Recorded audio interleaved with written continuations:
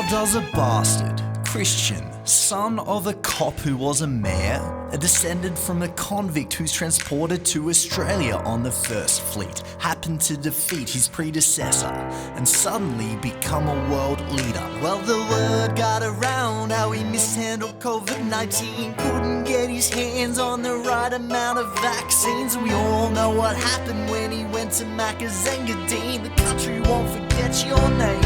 What's your name, man? Scott John Morrison.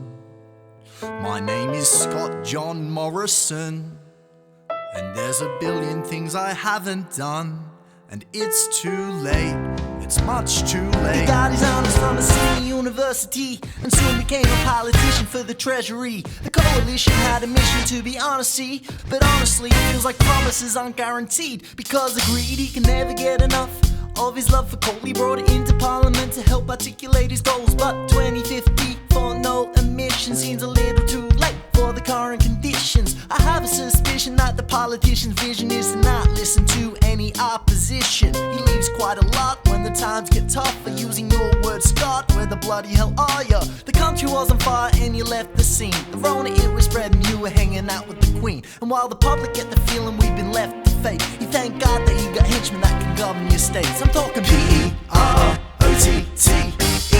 howdy, come to be the premier. Well, that is just democracy. I heard Gladys had to flee the ICAC, and Dom got all the votes from his own party. 39, nearly as big as his own family. And now we see him barking orders on TV. I guess we'll be stuck here for eternity. He says to me that if you test positively and don't report it, then you ought to face a hefty fee. That's fine, but please make the testing free, especially since they're developed in our own country.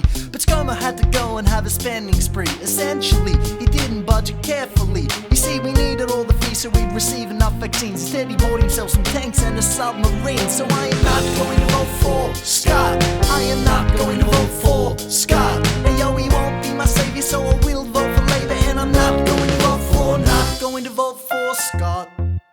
The election of 2022. Every office tends to dish out friendly competition, although it's not so friendly when it's from the coalition.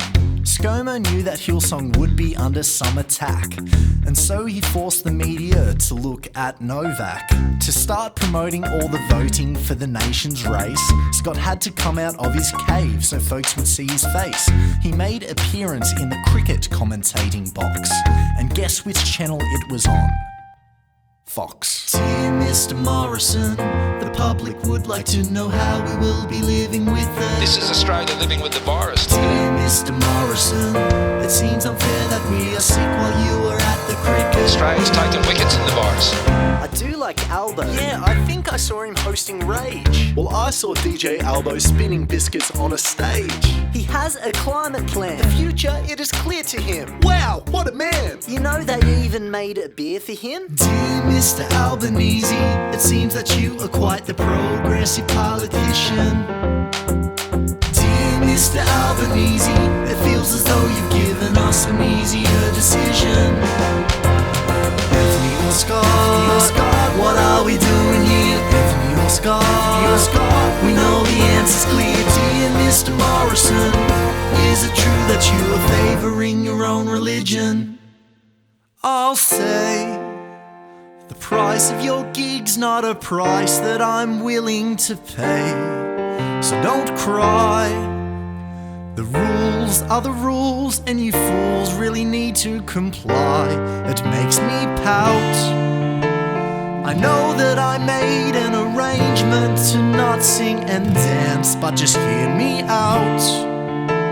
My lack of direction has always been part of my plan. To be sacked, hopefully, so I can go and live in Hawaii. And I won't come back, so don't intervene. I will go there in my submarine. When I'm gone, you'll be glad, and we can laugh at all the times we had. While I relax in the sun, I can even watch the cricket on my phone. Jesus Christ, this will be fun.